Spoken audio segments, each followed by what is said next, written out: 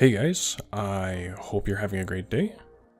Today I will be continuing to log my experiences and offer my impressions on No Man's Sky.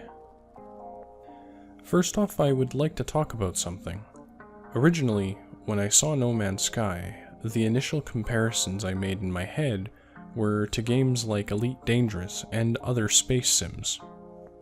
This was prior to me playing the game, and now that I've had enough time to properly develop my opinion of the game, I want to say that I have been comparing No Man's Sky to the wrong game and the wrong genre. The game I feel No Man's Sky has most in common with, in my personal opinion, is actually Starbound. Sure, the perspective is much different, but the more I look at it, and the more I play, the more I feel like No Man's Sky is just a 3D version of Starbound. The sheer number of things that these games have in common is uncanny. You can build bases on planets, the multi-tool functions just like the matter manipulator, the Starbound ship, though not like the regular starship that you ride around in No Man's Sky, functions almost exactly like the freighter. You have a number of races, but outside that, creatures and the like are procedurally generated along with planet details.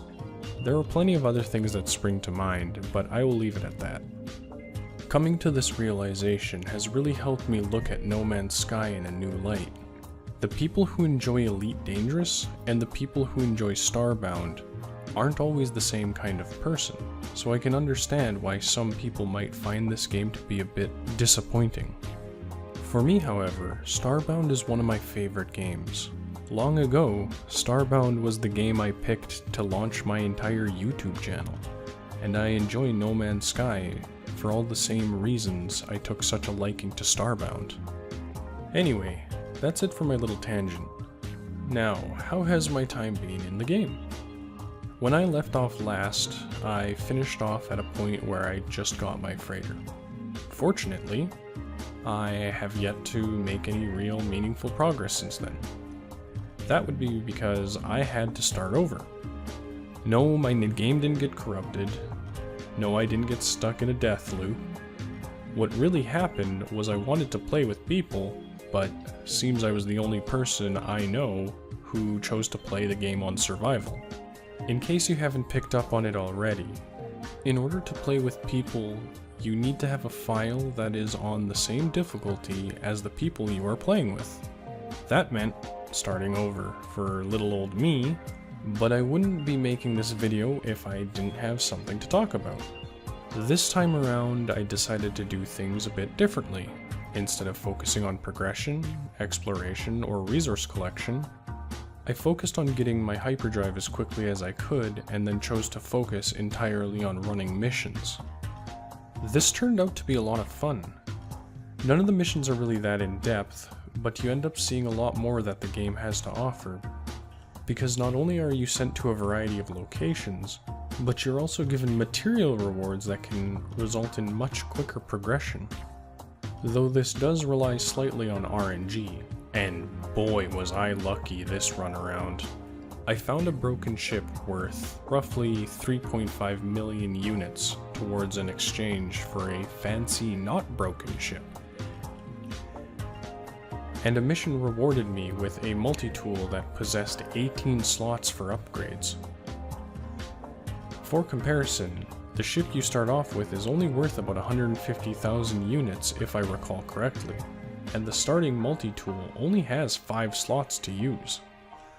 I mentioned earlier that I started over in an attempt to play online. At the time of writing this, that has still yet to truly happen. I ended up joining 2 people who I will refer to as Friend A and Acquaintance B. Why give these 2 letter designations when I refer to them as 2 separate titles? Because it sounded better in my head. Anyway, I joined Friend A no problem. However, I stepped in at a bad time as I watched Friend A blast off into the air in an attempt to assist Acquaintance B, who apparently had troubles getting their hyperdrive. Being a third party, I wasn't really involved, but from the way I understood the matter, The game wanted them to travel to another system far from the one we had started on. We believe this is because he had never gained his hyperdrive before moving on to multiplayer with friend A. Sometime later, I discovered you were able to reset missions in your log to function around your current location, with a simple middle click of the mouse.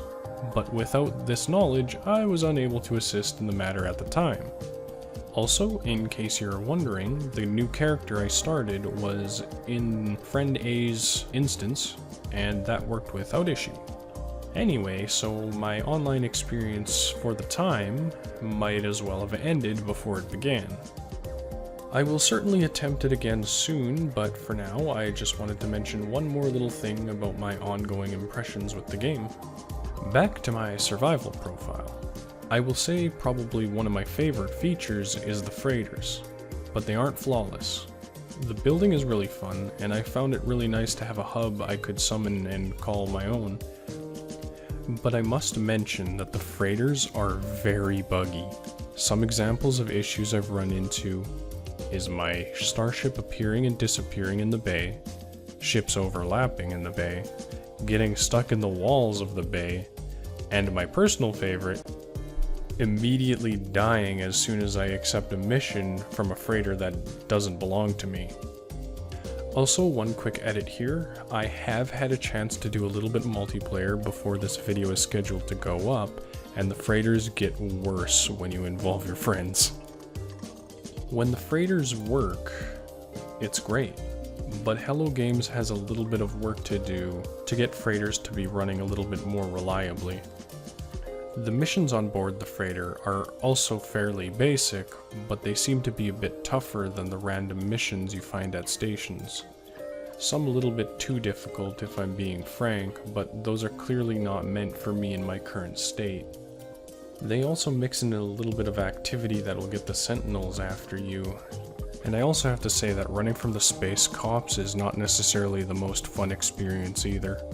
Getting them to stop is just a nuisance. The last thing of note is the freighter missions seem to be a little bit more rewarding as well, but that's probably to be expected. So, in conclusion, although multiplayer was a bust, I did discover the value in running various missions, as well as looking in awe at how similar this game feels to Starbound, as I kept drawing more and more parallels. But what do you think? Can you see the similarities? How do the missions sound? And aren't the freighters just the coolest thing or what? If you enjoyed, consider leaving a like, and subscribe if you're interested in seeing more. I would like to thank you for watching, and I'll talk to you again soon. Later.